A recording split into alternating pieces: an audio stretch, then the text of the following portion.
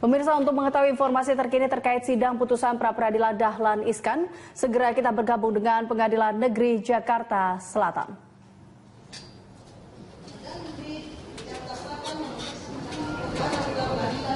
Telah menjatuhkan putusan sebagai berikut dalam perkara permohonan pra-peradilan yang diajukan oleh Dahlan Iskan nomor di Bintang Bali Selatan 7/AA Data 18 RT 010 RW 013 Kecamatan Gayung, Kota Surabaya.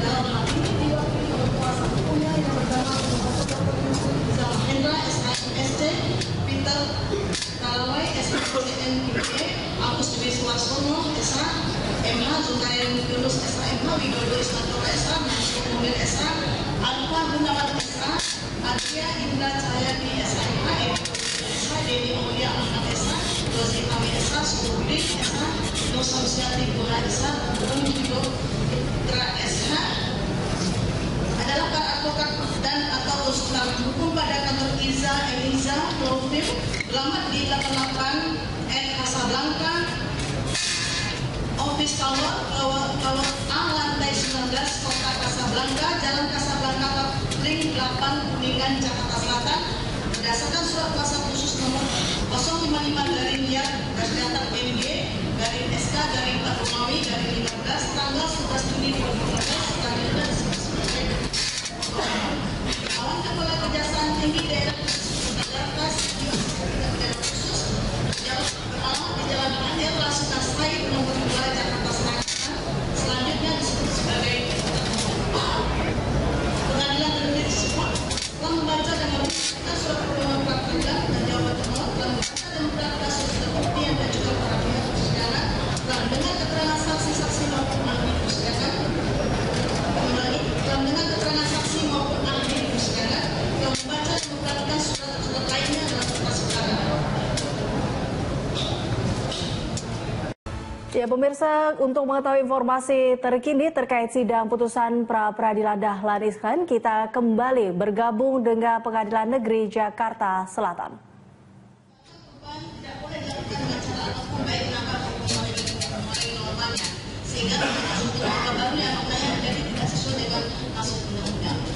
Bahwa pasal 77 KUHP menyatakan pengadilan negeri berwenang untuk memeriksa memutus sesuai dengan ketentuan yang undang ini tentang A. Sah atau tidaknya penangkapan, penahanan, penghentian penyidikan atau penghentian penuntutan.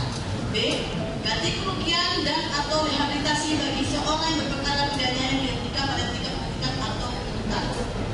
Bahwa sangat jelas KUHP membatasi peradilan hanya dapat memutus sah atau tidaknya penangkapan, penahanan, penghentian penyidikan atau penghentian penuntutan. Maka perhatikan asas legalitas tidak dibenarkan penggunaan penafsiran secara analogi sehingga penambahan objek pra-peradilan merupakan suatu bentuk kesesatan dalam mengadili bahwa sesuai pasal 7 asas keseimbangan tersebut berhubungan dengan penangkapan, penahanan dan penyitaan, penghentian penyidikan dan penghentian penuntutan dan tidak termasuk penetapan tersangka. Bahwa Mahkamah Konstitusi telah membuat dan menciptakan makna baru dengan menjadikan penetapan tersangka sebagai objek dari pra-peradilan. Hal tersebut telah melampaui kewenangan Mahkamah Konstitusi sebagaimana diatur dalam Undang-Undang Dasar 1945 dan Undang-Undang Nomor 24 Tahun 2004 yang kemudian berubah dengan Undang-Undang Nomor 1 Tahun 2011 dan tidak memberikan kewenangan pada Mahkamah Konstitusi untuk mengubah undang-undang atau menambah ketentuan undang-undang. Oleh karenanya putusan Mahkamah Konstitusi Republik Indonesia Nomor 1/PU/Data 12 Romawi dari 2014 tanggal 24 April 2015 tidak memiliki kekuatan hukum. Menimbang bahwa terhadap eksepsi termohon pada angka 1 tersebut di atas, maka pengadilan negeri mempertimbangkannya sebagai berikut. Menimbang bahwa pasal 1 putus 10 junto pasal 77 KUHP menyebutkan bahwa kewenangan pra-peradilan adalah sebagai berikut. A. Sah atau tidaknya penangkapan, penahanan, penghentian penyidikan atau penghentian penuntutan. B.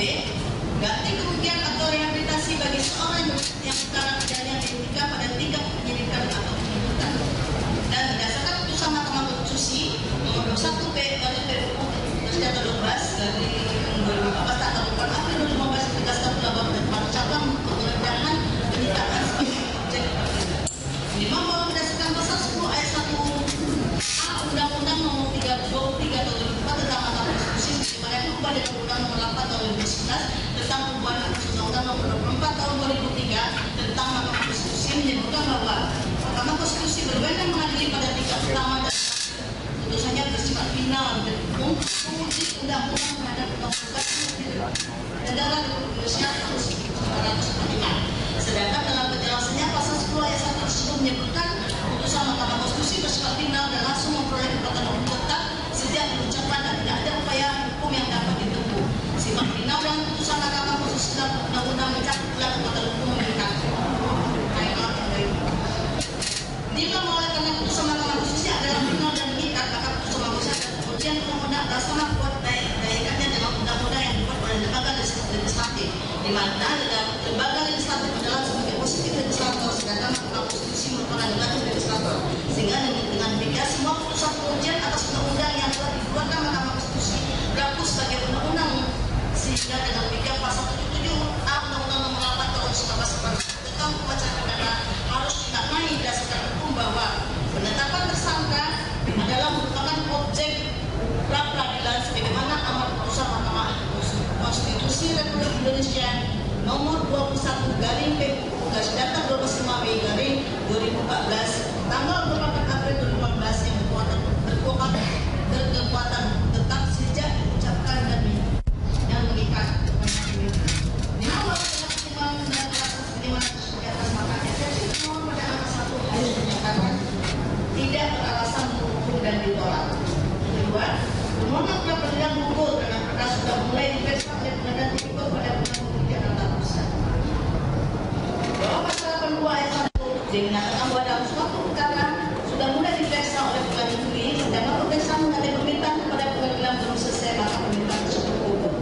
Bahwa dalam perkara akuo terdapat beberapa pelaku pembuat peristiwa yang dibedakan berdasarkan struktur organisasi pengadaan sebagaimana disebut dalam putusan ESDM nomor 33/12/K/3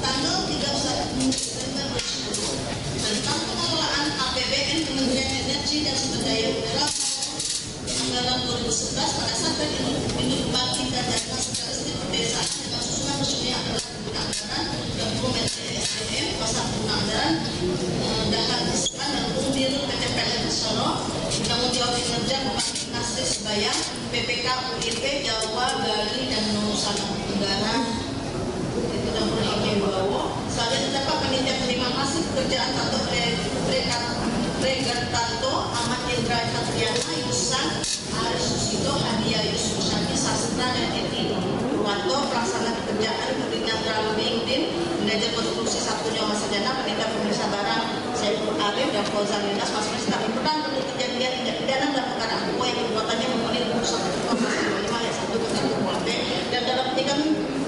dan dalam penyidikan telah dikumpulkan bukti-bukti dengan bukti itu telah ditemukan pada pelaku tindak pidana dalam perkara akuo yaitu 1 Tato Pregartanto Ahmad Indra Satriana Yusan, yang keempat Aris Susito Hadi, yang kelima Yusuf Hadi Satra, yang keenam Andi Purwanto, yang ketujuh Ferdinand Kambingden, 8 Hinyaman Sarjana, yang ke-9 Saiful Arif, dan 10 Fauzan Lindas. Saat ini kita memastikan. Pemirsa, kita akan kembali mengupdate informasi terkini terkait sidang putusan pra-peradilan Dahlan Iskan. Kita segera bergabung dengan Pengadilan Negeri Jakarta Selatan. Sebagai saksi dalam perkara tindak korupsi dalam keuangan 21 Gabung Induk dan Tugas 910 MPA 10 pada Induk Pembangunan dan Jaringan Jawa Bali dan Nusa Tenggara PPPLN dan Persero 10 tahun anggaran 2011 2012 2013 terhadap Yusuf Miran SP, Wiratno Setiaji, Tamu Priamandaru, Egon Arifin, Meki Wibowo dan pada tanggal